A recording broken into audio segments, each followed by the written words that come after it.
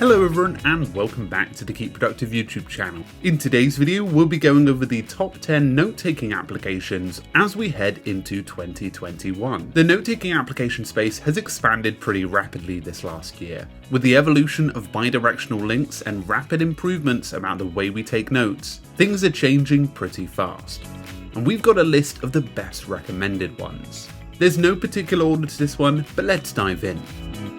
So the first on our list is Notion. If you haven't heard of Notion yet, it's a pretty cool wiki-like application that's not just suitable for note-taking but for teams as well. You can create and build areas of your own and design them to your liking. There is a free plan and it's quite extensive in terms of what you can add. It's also available on all of your devices. And if you're looking to upload files as well, there is a personal pro plan which is priced at $5 per month, being one of the most popular note-taking tools of the last year. So number 2 is Roam Research. So Roam Research has grown in popularity thanks to bi-directional links, allowing you to connect notes in a larger brain system. It's got a bit of a cult following now and has grown pretty rapidly in terms of its feature set, and its founding team are continuing to add to that. Now Roam is a lot more pricier, $15 per month, with a whopping $500 Believer plan if you want to jump in.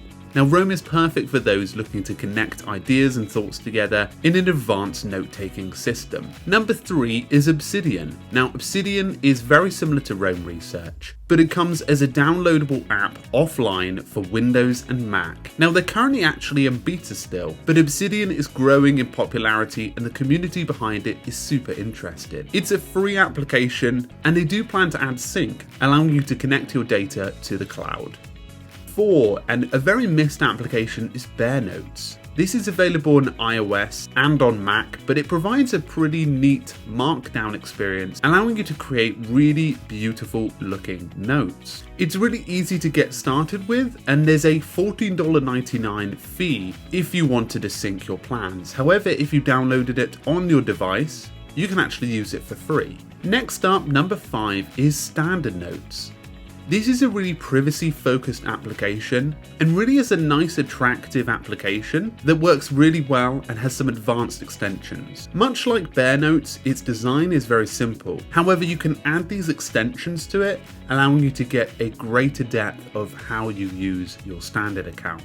Once you add these different themes, applications, and plugins, it allows you to go a step further with your note-taking. The focus as well on privacy is really important, and they've got some great end-to-end encryption abilities. This is a great tool along with Obsidian if you're looking for a privacy-focused note-taking approach. So, are you subscribed to Keep Productive? It'd be great to have you here in the community. Make sure you hit subscribe and watch the rest of this video.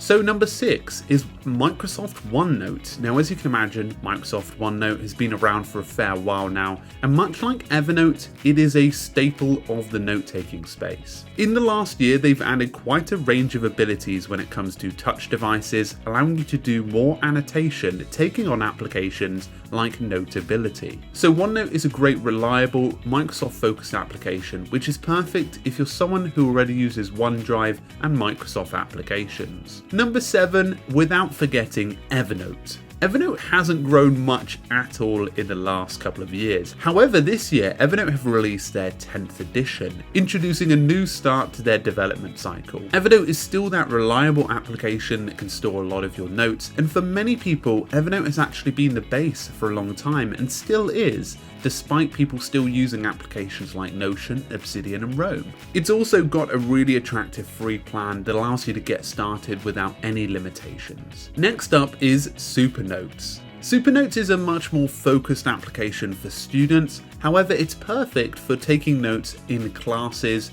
and in lectures. You can connect notes up and it's got a really attractive design that allows you to even view your notes in a graph view. It's sort of a really attractive blend between the likes of Roam and Notes, but with a very classy card-like design. This application, I think in 2021 will have a really successful year. Next up is Agenda.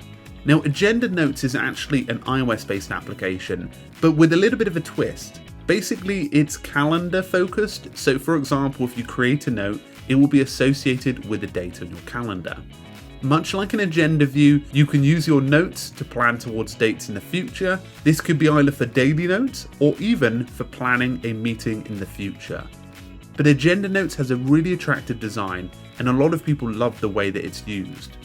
Next up, and our final recommendation, is Dynalist. Now, Dynalist is actually created by the folks who also do Obsidian. It's a really reliable application and much more of an outliner tool. However, it's a great, really easy to use, perfect note-taking application if you're someone that likes to hide all of their information behind toggles, to be able to pop things open and go much deeper, and even connect up notes in some cases. We did a great video last year where one user of Dynalist, Herb, actually goes into how he uses it. Definitely recommend checking that video out.